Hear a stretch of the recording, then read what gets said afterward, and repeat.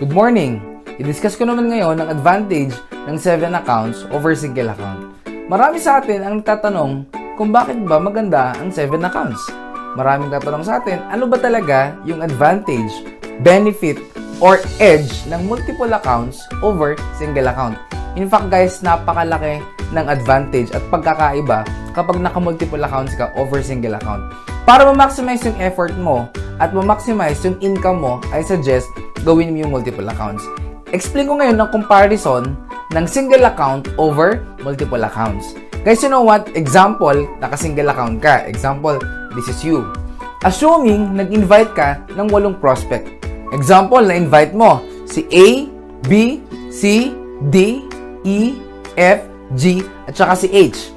It's up to you kung saan mo sila ipoposition. Assuming si A, B, C, D ay inilagay mo sa left. Okay? Para balance. And the rest, si E, F, G, H sa right. Since lahat ikaw ang nag-invite sa kanila, lahat yung direct referral bonus sa'yo. Therefore, magkano direct referral bonus mo?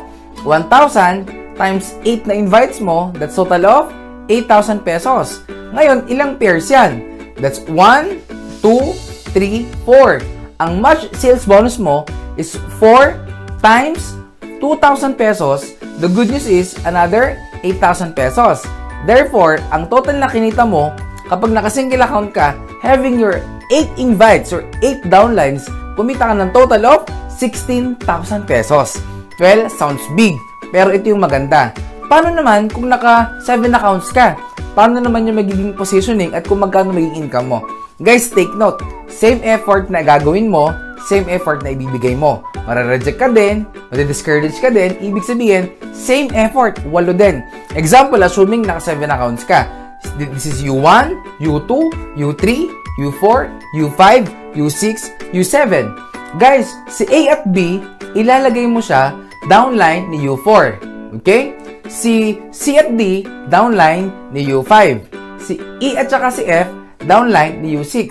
Si G at saka si H, downline ni U7.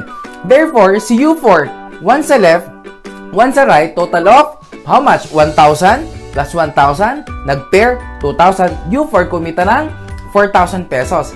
Si U5, ganun din, 4,000. U6, ganun din. U7, 4,000. Therefore, U4, 5, 6, at 7, kumita ng total of magkano? That's total of 16,000 pesos. Magkano naman ang kinita ni U2? Nag-pair sa kanya sino? Si A at saka si D. Si B at si C. Dalawang pair, magkano? That's total of 4,000 para kay U2. Si U3, magkano kinita? That's, nag-pair naman si E at saka si G.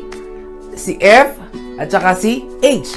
Magkano kinita ni U3? That's total of another 4,000. So, 8,000 na agad yung dalawang accounts. Guys, the good news is, yung top account, magkano kinita? Ilang pair yon? That's 4 pairs. How much is that? 4 times 2,000, total of 8,000. Magkano ang total na kinita kung naka-multiple accounts ka or naka-7 accounts ka? Total of 32,000 pesos. Guys, imagine, doble ang kinita mo kung naka-multiple accounts ka over single account. Kaya guys, kung seryosohin mo lang din ang business, huwag kang papayag naka-single account ka. I-maximize mong income mo by having your 7 accounts.